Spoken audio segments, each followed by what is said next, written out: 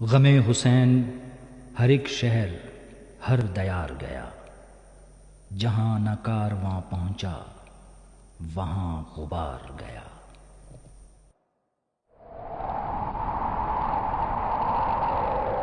کربلا کی تپتی ریت، دریائے فرات اور قافلہ حسین کی پیاس، اس تکون سے تاریخ اسلام کے ایک ایسے واقعے نے جنم لیا جسے زمانہ صدیوں سے دہراتا چلا رہا ہے۔ اسلام کو حیات ابدی عطا کرنے والی اسی لازوال قربانی کی بازگشت کا نام ہے امام بارگاہ۔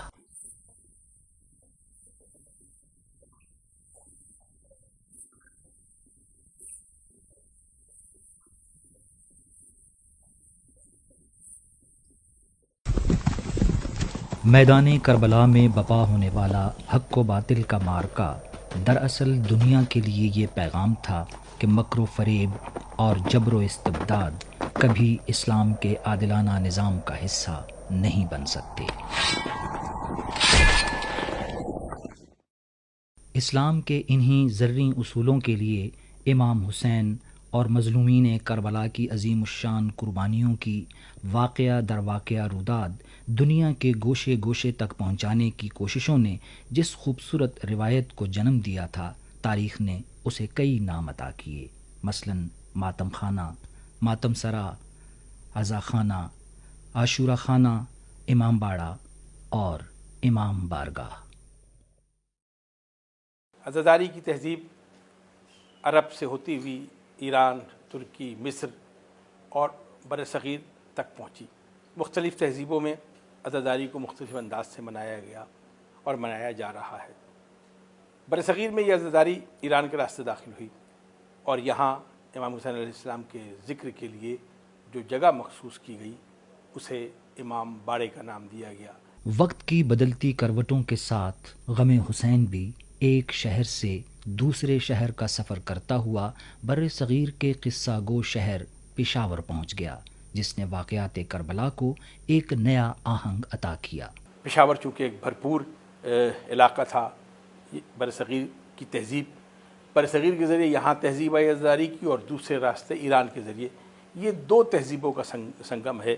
ایران کے ذریعے فارسی بانوں کی تہذیب آئی اور برصغیر کے ذریعے اردو تہذیب اس پشاور میں آئی۔ 66 کے قریب امام بارگاہ ہیں اس پشاور شہر کے اندر، جن میں 32 وہ امام بارگاہ ہیں جو صاحب جلوس سے مراد ہے یہاں امام حسین علیہ السلام کی مجلسیں منعقد ہوتی ہیں، اس کے بعد وہاں سے جلوس یا شبیہ ذوالجناح تابوت علم برآمد ہوتے ہیں، اور 32 وہ امام بارگاہ ہیں جن میں صرف امام حسین علیہ السلام کے ذکر کی مجلسیں ہوتی ہیں۔ پشاور کے قدیم محلوں، آبادیوں اور گلی کوچوں میں موجود جن قدیم امام بارگاہوں کے ساتھ عزاداری اور مجالس کی صدیوں پرانی روایات وابستہ ہیں، ان میں ایک گنجان اندرون پشاور کے کوچہ رسالدار میں واقع امام بارگاہ رسالدار عادل بیگ بھی ہے۔ آپ کسی بھی امام بارگاہ میں چلے جائیں تو وہاں پہ آپ کو تبرکات و شبیہات ملیں گی۔ اسی طرح ہمارے امام بارگاہ میں تبرکات آپ کو کچھ نظر آ رہے ہیں۔ اس میں ایک امام حسین علیہ السلام کے بیٹے سے شہزادہ علی اکبر سے مخصوص ایک تابوت ہے جس کی برآمدگی 8 محرم الحرام کو یہاں پہ ہوتی ہے۔ اس کے علاوہ یہاں پہ جناب اون محمد جو کہ بی بی زینب سلام اللہ علیہ کے بچے تھے، جو کہ کربلا کے میدان میں شہید ہوئے تھے، ان کی شبیہات پڑی ہوئی ہیں جو کہ یہاں پہ برآمدگی ہوتی ہے۔ اس کے علاوہ آپ کو پیچھے بی بی سکینہ سلام اللہ علیہ کے روزے سے شبیہ ایک نظر آئے گی جو کہ 13 صفر کو ہماری اسی امام بارگاہ میں برآمد ہوتی ہے۔ تو یہ چند شبیہات ہیں جو کہ مخصوص اس امام بارگاہ کے ساتھ ہیں۔ امام بارگاہ کی پرانی عمارت لکڑی کی بنی ہوئی تھی، جس کے مختلف حصوں پر ماہر کاریگروں کے بنائے ہوئے نقش و نگار اس امام بارگاہ سے ان کی محبت و عقیدت کی عکاسی کرتے تھے۔ وقت گزرنے کے ساتھ ساتھ جب قدیم عمارت کو جدید تقاضوں کے مطابق ڈھالنے کی ضرورت محسوس کی جانے لگی تو امام بارگاہ رسالدار بیگ کے تعمیر نو کا فیصلہ کیا گیا۔ امام بارگاہ کی تعمیراتی کام جو ہے 2 ادوار میں ہوا ہے، ایک 90s میں اور دوسرا 2007 میں۔ اس وقت جو آپ کے سامنے 2007 کے بعد کنسٹرکٹڈ ہے۔ حسین ابن علی پر سلام کہنا ہے۔ کوچہ رسالدار بیگ کی پرپیچ گلیوں سے ایک راستہ پشاور کے اس تاریخی قصہ خانی بازار کی جانب بھی جا نکلتا ہے، جہاں صدیوں پہلے تجارتی قافلے قیام کیا کرتے تھے اور اہل قافلہ رات کی طوالت قصہ کہانیوں کے ذریعے کوتاہ کرنے کی کوشش کرتے۔ اسی قصہ گو بازار کے پہلو میں نسبتاً بلندی پر واقع ڈھکی دالگراں میں موجود یہ پشاور کی ایک اور قدیم امام بارگاہ عزاخانہ علامہ سید نجم الحسن قراروی ہے۔ بسم اللہ الرحمن الرحیم۔ یہ امام بارگاہ جو عزاخانہ نجم الحسن قراروی کے نام سے مشہور ہے، یہ میرے والد صاحب جب پاکستان تشریف لائے تھے، یہ تقریباً بات ہے 1945 کی، تو اس کے بعد یہاں انہوں نے شیعہ کمیونٹی کے لیے کام کیا تھا کہ 1946 میں انہوں نے یہ امام بارگاہ یہاں آباد کی تھی۔ اس زمانے میں یہ کچی عمارت تھی، اور چونکہ یہ سارا علاقہ ہمارا اس زمانے میں کچا تھا، پرانی آبادی ساری تھی، تو یہ بھی انہوں نے کچی بنائی تھی۔ تو وقت کے ساتھ ساتھ پھر تبدیلی آتی گئی، لکڑی کی امام بارگاہ، لکڑی کی چھتیں تھیں، یہاں لکڑی کے دروازے تھے، اور اس کے علاوہ مطلب پرانی جیسے کچی آبادی جیسے ہوتی ہے ویسے بنا ہوا تھا یہ۔ تو وقت کے ساتھ ساتھ پھر تبدیلی آتی گئی، پھر اس کو نیا بنایا گیا۔ یہ تقریباً اس کو نئے بنے کو بھی تقریباً 24 سال تقریباً ہو چکے ہیں۔ امام بارگاہ عزاخانہ علامہ سید نجم الحسن قراروی کا یہ مرکزی ہال تو مردانہ مجلس کے لیے مخصوص ہے، جبکہ خواتین عموماً یہاں اوپر کی بارادریوں میں بیٹھ کر مجلس سنتی ہیں۔ اس امام بارگاہ میں مجلس پڑھنے والے علماء میں کئی نامور شخصیات شامل ہیں۔ یہاں تو بہت بڑے بڑے علماء کرام تشریف لائے، جن کو آپ جانتے ہیں۔ علامہ سید دہلوی صاحب تشریف لائے، علامہ نصیر اشتہاری صاحب تشریف لائے، علامہ رشید ترابی صاحب تشریف لائے، علامہ عرفان رابدی تشریف لائے، مولانا مطلب جو بھی آپ کو میں بتاؤں کہ مشہور شخصیات ہیں، چونکہ والد صاحب سے ان کا رابطہ تھا تو یہاں مجالس کی جاتی تھیں۔ اور والد صاحب اس امام بارگاہ کو یہ اعزاز بھی حاصل ہے کہ یہاں پہ 2 کلیمی مجالس جو والد صاحب نے بنیاد رکھی تھی، ایک روانگی امام حسین علیہ السلام 28 رجب اور ایک واپسی 7 ربیع الاول، یہ مجالس پورے پشاور میں کہیں نہیں ہوتی تھیں پہلے، اب تو خیر بڑی مجالس ہیں۔ یہ بنیاد رکھی تھی اس امام بارگاہ نے اس کی۔ اندرون پشاور میں جہاں ایسی قدیم امام بارگاہیں اس خطے میں عزاداری کی قدیم روایات سے ہمیں متعارف کراتی ہیں، وہیں قصہ خانی کی پشت پر موجود شاہی کٹھہ کے قریب واقع 1982 میں تعمیر ہونے والی یہ امام بارگاہ علمدار کربلا عزاداری کے نئے عہد کی علمبردار ہے، جو دراصل پشتو زبان میں مجالس عزاداری کے مراکز کی تعداد میں اضافے کی غرض سے تعمیر کی گئی تھی۔ یہ امام بارگاہ جو ہے یہ توری کام نے بنایا ہے، تقریباً توری کام نے اس کے لیے 1 روپے 2 روپے وقت کے لحاظ سے چندہ کیے ہیں، اس پر ہم نے یہ بنایا ہے۔ تو اس میں پشتو میں مجلس ہوتی ہیں، اور دوسرا جب 10 محرم کو ہم یہاں سے ذوالجنان نکالتے ہیں تو اسی ٹائم یہ عباس علمدار کا عالم اس کے سر پہ جاتے ہیں، اور اس میں تبرکات ایک عباس علمدار کی عالم ہے اور دوسرا شاہزادہ علی اصغر کے جولا ہیں۔ جو لوگ دوسری جگہ سے ادھر آتے ہیں اس کے لیے ہم مہمان نوازی کے سے بھی دیتے ہیں، اور اس کو کھانا پینا ہر ایک چیز ہم ادھر سے دیتے ہیں، اور جو ادھر ٹھہرتے ہیں ان کے لیے ہم کمرے بھی لیتے ہیں اور بسترے وغیرہ ادھر اس کے لیے رکھتے ہیں، اس کے لیے پورا بندوبست ہم کرتے ہیں۔ اور 10 محرم کو ہم تقریباً 1000 آدمیوں کے لیے کھانا پکا کے تو یہ نظر ہم دیتے ہیں ان کو۔ شاہی کٹھے کے قریب واقع امام بارگاہ علمدار سے کچھ ہی فاصلے پر یہ پشاور کا معروف اور مصروف کوچی بازار ہے، جہاں سے گزرنے والوں کی نظر تاریخ کے اس نقش پر ضرور پڑتی ہے جس کا نام امام بارگاہ سید عالم شاہ جعفری ہے۔ امام بارگاہ میں موجود ان کتب کے مطالعے سے پتہ چلتا ہے کہ امام بارگاہ آغا سید عالم شاہ جعفری 733 ہجری میں آغا سید شاہ علی اکبر نے تعمیر کرائی تھی، جنہوں نے ایران سے ہجرت کر کے پشاور کے اس علاقے کو اپنا مسکن بنایا اور پھر اس امام بارگاہ کی تعمیر کی، جس کے ذریعے یہاں عزاداری کی روایت پروان چڑھتی رہی۔ یہ تقریباً پشاور کی تاریخی امام بارگاہ ہے، قدیمی امام بارگاہ ہے، تقریباً 600 ساڑھے 600 سال پرانا ہے۔ تو یہاں پہ ہمارے بڑے ایران سے آئے تھے تو انہوں نے یہ یہاں پہ امام بارگاہ بنایا ہے. تو اس دور سے اس ٹائم سے تقریباً ہماری کوئی 10ویں 9ویں 10ویں پشت جا رہی ہے. آج سے تقریباً 150 سال پہلے یا 120 سال پہلے یہ یہاں سے سب سے پہلے پشاور کی تاریخ میں پہلا ذوالجناح یہاں سے نکلا ہے. امام بارگاہ سید عالم شاہ جعفری کے دالان زیارت میں روایتی تبرکات کے علاوہ کچھ ایسے قدیم تبرکات بھی موجود ہیں جو صرف اسی امام بارگاہ کا طرۂ امتیاز ہیں. حسین ابن علی پر سلام کہنا ہے. کوچی بازار ہی میں موجود کوچہ جان محمد خان میں واقع امام بارگاہ آغا سید علی شاہ رضوی کا شمار بھی پشاور کی قدیم امام بارگاہوں میں ہوتا ہے. بسم اللہ الرحمن الرحیم. جیسا کہ جی یہ امام بارگاہ آغا سید علی شاہ جو ہے اس کی اگر ہم تاریخ کی بات کرتے ہیں تو آج سے 150-200 سال پرانی اس کی تاریخ ہے. اس کو قائم ہوئے 150-200 سال ہو گئے ہیں اور آغا سید علی شاہ اس کے بانی ہیں. اور جیسا کہ پشاور کے لوگوں کو معلوم ہے کہ آغا سید علی شاہ ایک علمی اور ادبی حیثیت تھے اور عالم دین ہونے کے ساتھ ساتھ ان کو یہ ایک طرۂ امتیاز تھا کہ وہ جب یہاں سے کسی کو ریکمینڈ کرتے تھے تو دینی تعلیم کے لیے وہ قم جایا کرتے تھے اور وہاں پہ تعلیم حاصل کرتے تھے. اور جو فارغ التحصیل طلباء آتے تھے تو بھی ان کو یہاں آ کے ایک علمی ٹیسٹ دینا پڑتا تھا جس کو کہ وہ اگر کلیئر کرتے تھے تو وہ وہاں سے پھر ان کو سرٹیفکیٹ یا جو بھی سند اس وقت کی ہوتی تھی وہ ان کو دی جاتی تھی عالم کی یا مولانا کی یا جو بھی ان کا ایک کرائٹیریا تھا, جو بھی ان کا ایک تھا. تو اس حساب سے اس امام بارگاہ کی یہ سگنیفیکنس ہے کہ یہاں پہ جو ہیں تعلیمی معاملات بڑے زور و شور سے چلتے تھے. اور دوسرا اس امام بارگاہ میں جیسا کہ امام بارگاہ کے حوالے سے اگر آپ دیکھیں تو اس کو جیسے میں نے کہا 150-200 سال پرانی ہے تو کافی ساری تبرکات اس میں موجود ہیں.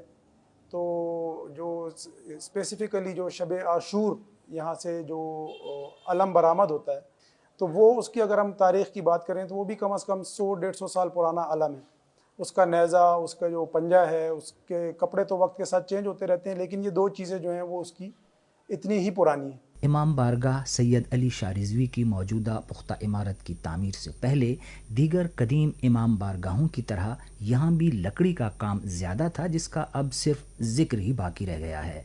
یہ پرانا لکڑی کا فریم ہوتا تھا فل فلیج اور لکڑی کی بنی ہوئی عمارت تھی اور اس کے اوپر باقاعدہ وہ کشمیری طرز کے کام کیے گئے, نقش و نگار, پھول اور اس طرح کا اس کا اسٹرکچر تھا سارا. تو چونکہ وقت کے ساتھ ضرورتیں بدلتی گئیں, چیزیں وہ ڈیمالش ہوتی گئیں, ان کی ڈپلیشن ہوتی گئی تو اس کی وجہ سے ضرورت تھی کہ ہم اس کو ذرا دوبارہ سے گرا کے تعمیر کریں. پشاور کے علاقے جہانگیر پورہ میں برطانوی عہد حکومت میں تعمیر شدہ یہ تہہ خانے والی امام بارگاہ ہے جو ذکر اہل بیت کی صدیوں پرانی روایت کو آج بھی قائم رکھے ہوئے ہے. پشاور کی قدیم فصیل شہر کے ٹیڈی دروازے کے اندر گنج کے مقام پر واقع یہ امام بارگاہ قدیم پتھر والا ہے. اس امام بارگاہ کے نام کی وجہ تسمیہ یہاں کے دالان زیارت میں رکھا گیا وہ پتھر ہے جس سے ایک قدیم روایت منسوب کی جاتی ہے. یہ امام بارگاہ قدیمی پتھر والے کے نام سے مشہور ہے اور اس کی تاریخ کم سے کم 150 سال پرانی ہے اور میر خاندان کے سربراہوں نے اس وقت اس کی بنیاد رکھی ہے. اور آج کل جو آرمی سے ریٹائر ایک جرنیل صاحب ہیں, میجر جنرل ریٹائر عسکری رضا ملک, وہ متولی ہیں اس امام بارگاہ کے. اور تقریباً کوئی 70-80 سال پہلے اس وقت جب شروع میں اس کی بنیاد رکھی گئی ہے تو یہ امام بارگاہ گنج کے نام سے مشہور تھی چونکہ اس وقت یہ واحد امام بارگاہ تھی اس علاقے میں. پھر 70-80 سال پہلے کسی نے خواب میں دیکھا یہاں پر ایک پتھر ہے اور اس پتھر کو محفوظ جگہ کے اوپر رکھنے کی ہدایت کی گئی ہے. تو جب وہ اس پتھر کو محفوظ کر لیے گئے یہاں پر تو اس کے بعد سے یہ امام بارگاہ پتھر والے کے نام سے مشہور ہو گیا اور آج کل اس کا نام جو ہے تو امام بارگاہ قدیمی پتھر والا پہچانا جاتا ہے. امام بارگاہ قدیم پتھر والا کا شمار صاحب جلوس امام بارگاہوں میں ہوتا ہے جس کی اپنی ایک تاریخ ہے.